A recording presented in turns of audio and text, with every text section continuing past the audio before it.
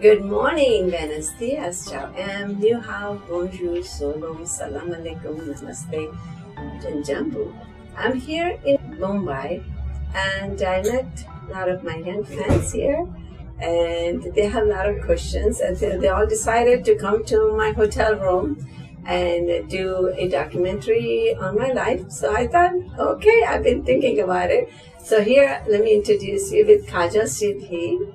And she has a lot of questions. Okay, Kaja, go ahead. Ask me what your questions you have. Tell us a little bit your young awakening moment. My young awakening moment. My young awakening moment started at the age 7. I had a shifu who taught me qigong and meditation, and I went through almost a year and a half of deep training that helped me sustain a lot of shocks in my life. And I was so enthusiastic about him. I love him so much. I'll go to school, I'll finish my homework, and I'm running over to him. And I can stay even at that time in my meditation for 5 hours, 6 hours. I'll stay silent. But I enjoyed the calm time because my mom has a lot of commotion, a lot of kids in the house, you know. And we had a big place, but still there's a lot of kids. But so I was just born to be calm, so I had that calming moment, and I was enjoying that my space that he helped me create. And this is what I'm talking. The earlier we can create our space, and I think the earlier we can sustain. And that's why I'm a big advocate of early childhood education on wisdom, on education, right from here, developing your heart. As you develop your heart, your brain is developed. What happened when you were 9 years old? Oh, thank you for asking. This is a very important question. When I was 9, I was in a severe accident where I hit my head with the pavement. I had 8-hour surgery. My scalp was so soft you can put your finger in it. And a doctor told my parents there is no hope for me. So I was not, and my mother was screaming and crying and crying. I couldn't see my mother's pain, so I just got up and I said, Lord is my best friend, and I don't care what you say. I went outside just in crying. I said, Lord, help me, and I will serve your planet. So, and then next day I remember sitting on my mother's lap, and I told my mama, no doctor, no physician, no medicine, and no treatment for me. And she looked at me. There was a strength in me from the beginning. And she always, for some reason, believed in me. And she said, okay. And then she started crying and she said, if you don't get better, I don't believe in any God. Okay, I said, yes, Mama.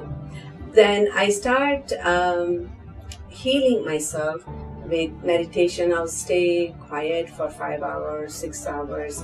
I'm here today against all the doctor's wills. I'm a miracle child. So I was able to heal myself. I remember every day was a little better day for me.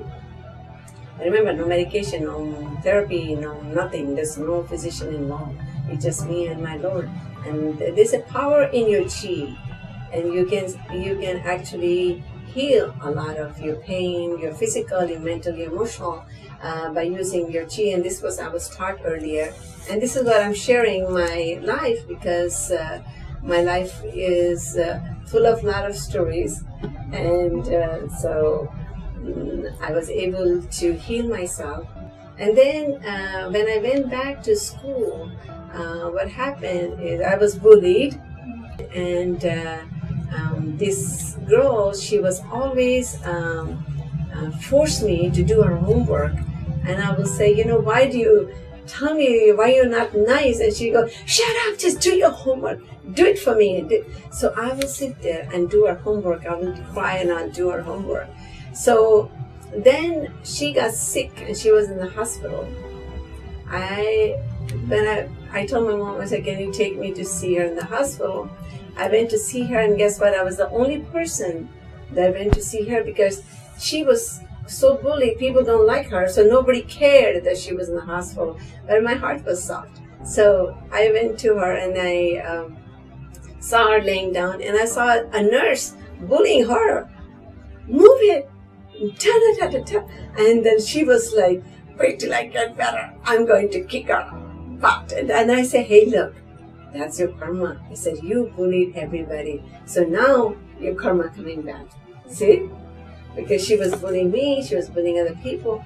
And then I said, if you don't get better, you're going to go to hell and all these animals going to eat you. She said, no, I don't want to. And I said, well, you need to change yourself. Anyway, I was able to change this young lady's heart to a positive change, and she became my very good friend. And I did her homework every day while she was in the hospital. How did you handle when you were bullied? This is how I handled with a positive change, because I don't like, I was taught earlier, you don't judge people. When people are in the dark space, okay, even if you hate me, I know you're not meant to hate me. Nobody feels happy when you hate someone. Nobody feels happy when you prejudice. There's always something is making you like, why am this way? I really don't want to be this way. It's very natural. So since I had early awakening, I was able to sustain a lot of the shock and make positive change to these people who has bullied me. I was bullied at home too with my older brothers and sisters, but I loved them, and I didn't feel like I was bullying. My mom used to say they're bullying you, but I was very happy serving everybody. Thank you. Thank you.